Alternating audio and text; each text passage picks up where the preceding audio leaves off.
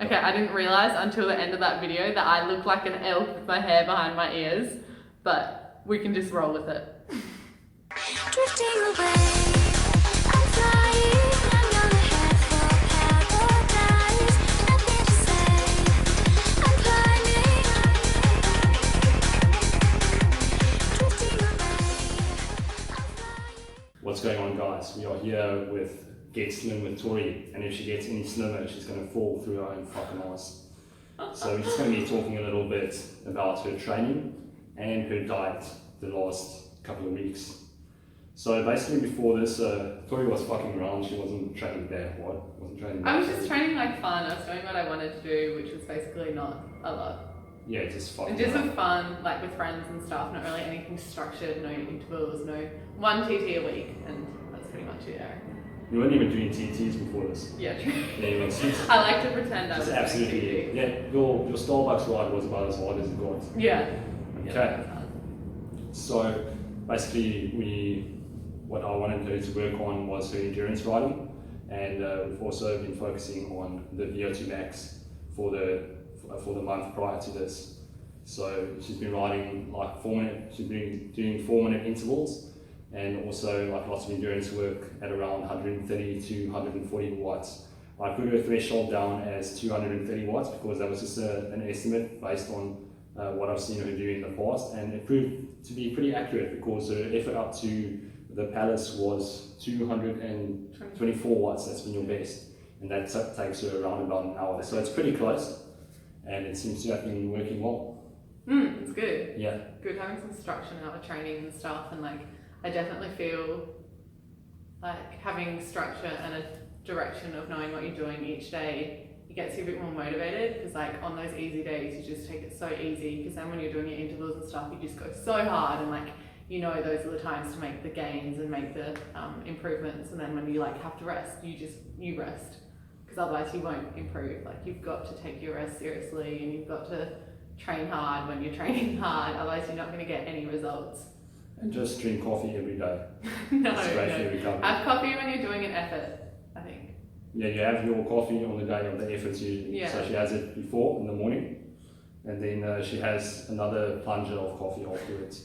I would, because I love the taste so much, but it just, like, I don't sleep if I have coffee. Like, I had a coffee at 6:30 a.m. and I was up most of the hours of the night last night.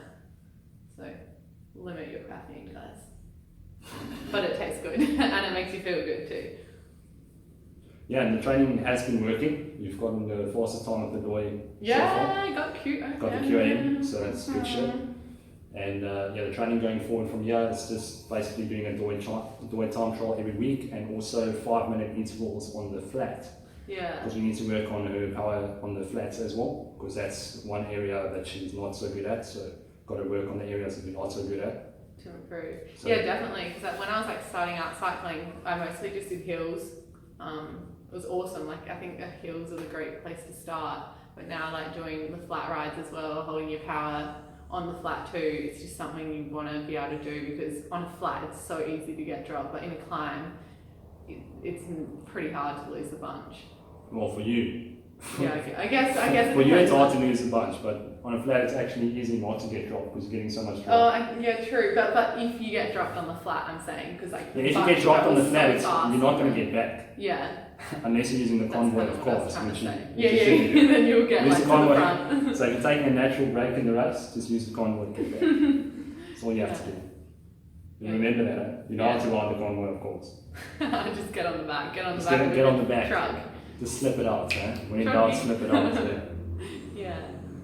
Yeah, basically, we've been focusing more on the endurance as well to build those mitochondrial enzymes. The endurance has been good. Like at least like 2 endurance a week or so, and it just like it ups the Ks, and even though it's not hard, it's quite easy. It just gets you more used to being in the saddle and getting comfortable and just trying new roads, and I think it's good. Like even though it's not like high wattage, I think endurance mixed with intensity is the best. Yeah, it's polarized training. Yeah. And have you been enjoying that component of checking out your watts? Yeah. Having it more structured? It's annoying because my watts aren't really going up for Joyce to hurt much. Yeah, because you've actually, your best effort up the Oyster Tep in terms of watts was the effort that you did to the Palace, Yeah. which was 227. And so far your QAM watts is fucking 221. 221. Yeah, but you've also been having your period lately, so Yeah, I reckon that's been affecting it. But on a good day, you should be able to do at least 235 watts. I think so, for sure. Yeah, 235, 240. And that would be a fast time. That would be Yeah, then you'll go sub 33. Fuck it. Yeah. That's what you're talking about, eh? That would be awesome. Yeah. And what's your weight now? Like 60. 60. I weigh 60. Yeah, 60 is a good weight. You don't want to go lighter than that. Yeah.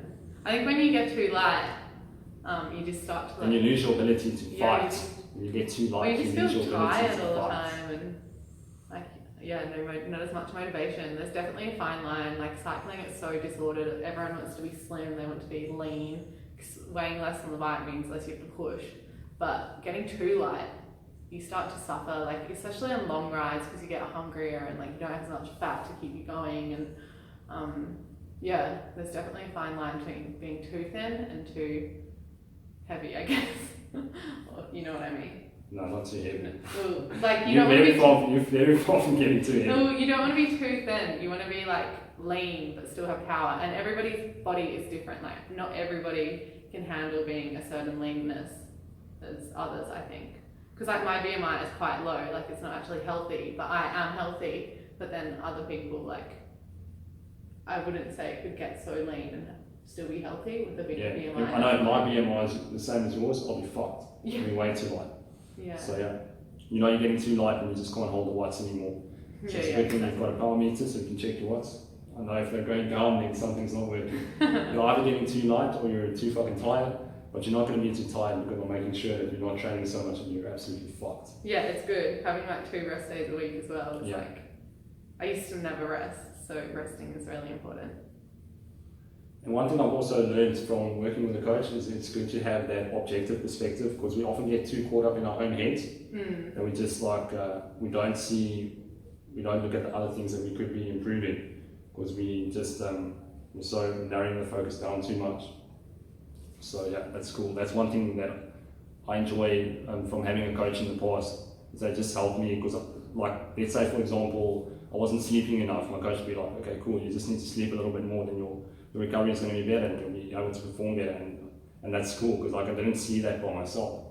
Yeah. Yeah, it's cool. Especially like having you here as my coach and like, because I didn't know anything like what FTP was before or like what endurance was the definition. Like I didn't really know all these things. So like being here, especially with you as like a role model because you're like the fastest solo effort up the door. Not at the moment. Well, I've been slacking. But you have been and you're still so fast and it inspires me to be able to like train and learn from someone that is inspiring to you really like motivates you and because you know what you're doing, like you're fucking fast, you know how to get it done and just like I'm not going to take, it's like going to a dietitian that's fat, you're not going to take advice from her, so it's like I'm taking advice from Paul and he knows what he's doing, so it's good. And you're enjoying it. That's having important. fun is the most important thing as well because otherwise you're just not going to do it and you're going to burn out and you're going to quit. You're gonna cry. I cry a lot. I'm an emotional girl.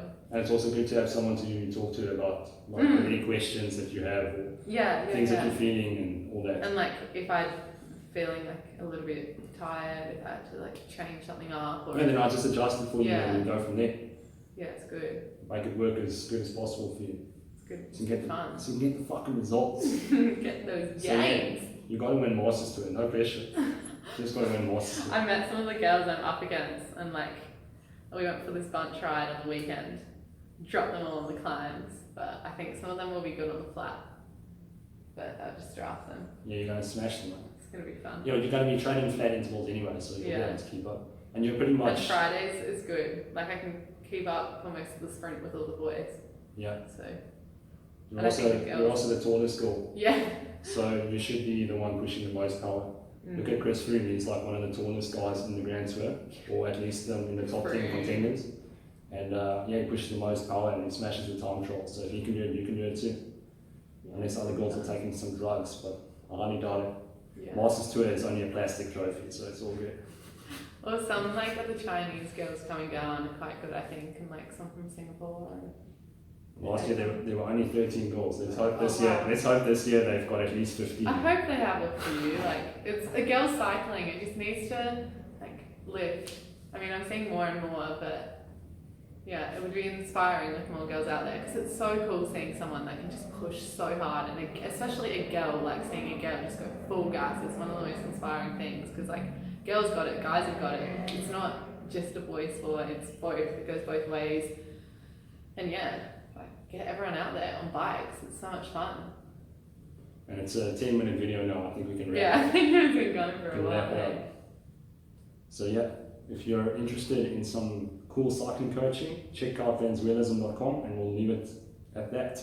Yeah, it's Ciao for good. now. It's got to be the QM, so with him you can get anything. Ciao for now. See ya! This is out of control.